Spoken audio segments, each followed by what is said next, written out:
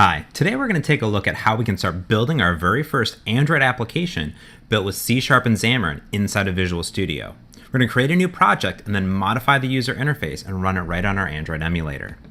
I'm here inside of Visual Studio 2015. I'm going to click and select New Project.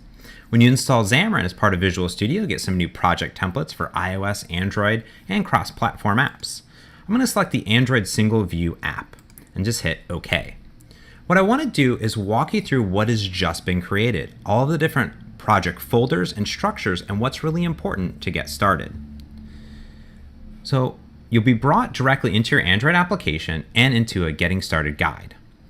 Now what I'm going to do here is first drop down a few of these, and then we're going to walk through all of them. And how I'm going to do this is I'm simply going to zoom in a little bit. There we go. So let's take a look at our project. Here is our Android application. I called it App 9. You can call it whatever you would like. Now inside of here we have some properties, and inside of there is our assembly information and our Android manifest file. Our Android manifest file is what is generated for us automatically that describes different permissions and activities and different settings for our application, such as the name or icon. Down here we have our references, which this is going to be any of our .NET or Android libraries that we want to actually use inside of our application. By default, we bring in some of the system libraries such as Core, XML, and XML Link. You can bring in additional ones by right-clicking and saying Add Reference. The mono.android is all of the Android library that's brought in, and we'll see that when we actually start using our code behind there.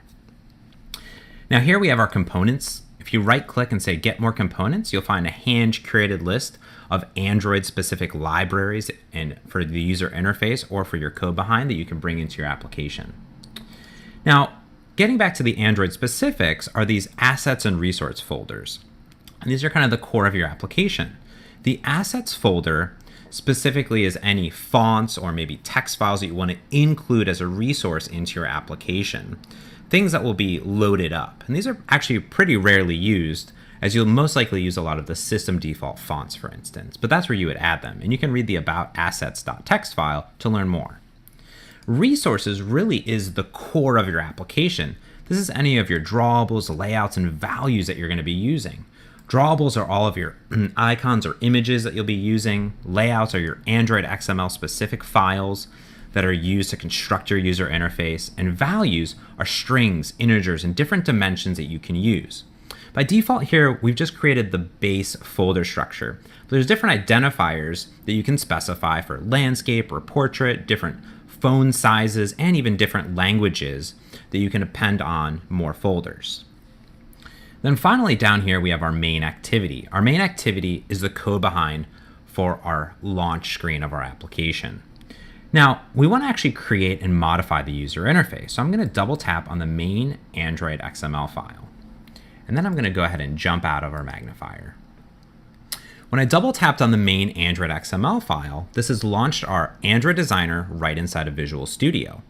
We can see that our main application is just a button that says Hello World, click me. Up top, we have a bunch of different settings such as the device that we want to see, the version of Android, themes, and we can rotate and zoom in over here with different toolbar items. Now, this screen actually is constructed of Android XML. If I hit the Source tab, we can see that in the code behind, there's a button with an ID of My Button.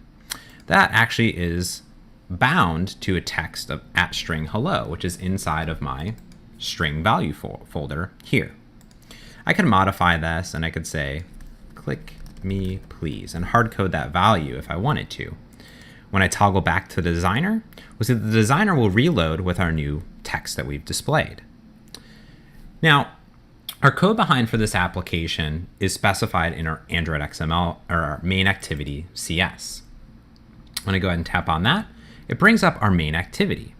We use an activity attribute to specify what will be constructed automatically for us in our Android manifest. We can see it's a main activity, and I have lifecycle events such as onCreate. There's additional ones if I was to say override, let's say onStart or onStop. We'll see here that I have my onStop event that I could subscribe to. Now, in our user interface, we're constructing the main resource, and this is resource.layout.main, which is the same as our resource layout main. It follows the same structure. Now, Android user interfaces are loosely coupled. That means that we have to go find our UI elements and specify them with the resource ID. Here we can see that I have a button and I'm saying find view by ID and specifying resource ID my button, which is the same identifier that we saw in the main Android XML. Then here I have a button click handler that is specified. There we go, right there. And then I'm updating the text to say string.format and how many times I've clicked it. Now let's go update this user interface though and actually add, let's say, a text view or a label that we can update instead of updating the button's text. So here I'm going to go back to our main Android XML. I'm going to bring out our toolbox that's over here. Our toolbox is all of our Android widgets or controls that are available to us. Here you can go and scroll down and see there's layouts, there's some advanced, and over here under our widgets, we'll see a text. We'll go ahead and drag and drop the text over, and we see it says large text. Over in our property grid is every single property that's available right here. We can see that the ID is set to text view 1, and that our text property down here is called large text. We can say you clicked 0 times, exclamation point. When you modify the property, it'll update right here. You could update it in the source, XML, and it would update in the user interface as well. You have access to all of the properties that you would expect inside of the Android Designer for Visual Studio. Now we've gone ahead and we've added that label, and I'm going to come back to my main activity here. And inside of here, just like we found our button, I'm going to go ahead and find our label. So I'm going to say label and say find view by ID. This is going to be a text view. That's the name of the Android widget. We'll see resource.id.textView1, which is that ID that's been generated for us automatically. If you don't see it, just go ahead and recompile your application, but it should show up for you automatically. Now, instead of actually updating the button text, let's actually go ahead and change that to update the label. There we go. Now we've modified our application's user interface and the code behind to update and say, this is how many times that you've clicked it. So now I'm just going to go ahead and hit debug, and we're going to run this on our Marshmallow Android emulator. I've already started it ahead of time, and we can see it right here. So it's going to compile the application right here on Windows, and then it'll actually start a debug session.